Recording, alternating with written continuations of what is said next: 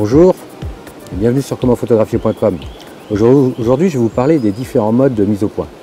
Donc la mise au point, elle va se faire dans l'appareil photo d'une manière très simple. On va utiliser les collimateurs dans un premier temps.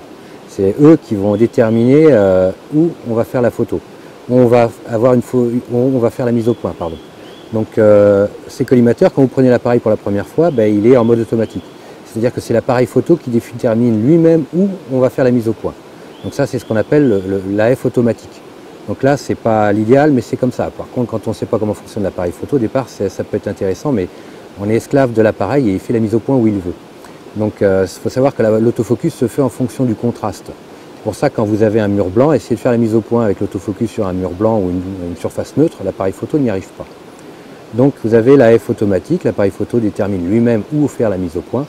Et c'est tout. Vous avez juste à appuyer sur le déclencheur et attendre qu'il décide que ce soit net à un endroit et faire la photo.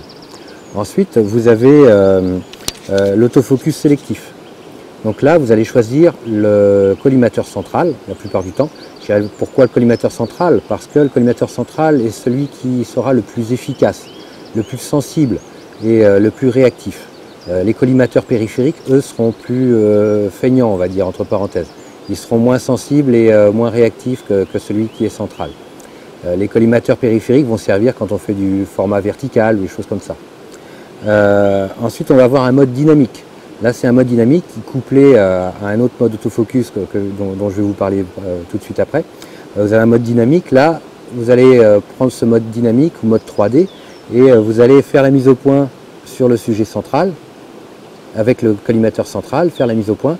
Et l'appareil photo va suivre le sujet tant que vous le gardez dans le cadre, il va le suivre. Tant qu'il est dans le cadre et qu'il est couvert par un collimateur, l'appareil photo fera un suivi de mise au point.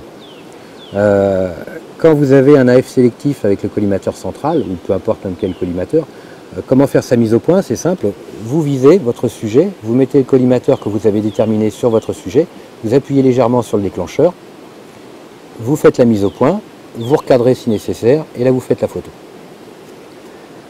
Ensuite, on a des systèmes d'autofocus qui vont se coupler au choix du collimateur. Donc on a la F simple, l'autofocus simple. Chez Nikon, ça va s'appeler la FS et chez Canon, ça va s'appeler le One Shot. Ça, c'est des systèmes autofocus qui vont servir pour des sujets statiques ou pour du paysage. Là où ça ne bouge pas, où la distance ne change pas par rapport à vous.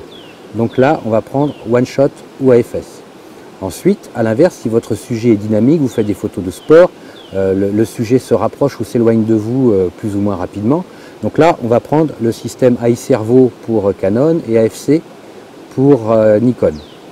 Là, l'avantage, c'est que si vous le couplez avec le système de collimateur dynamique ou 3D, vous allez avoir un suivi complet du sujet. Vous le visez, vous le sélectionnez, vous faites l'acquisition avec le collimateur choisi. Et une fois que vous êtes en AFC ou en iServo, vous allez le suivre, l'appareil photo va le suivre, il va rester net en permanence sur lui. Par contre, il ne faut pas qu'il s'échappe du cadre.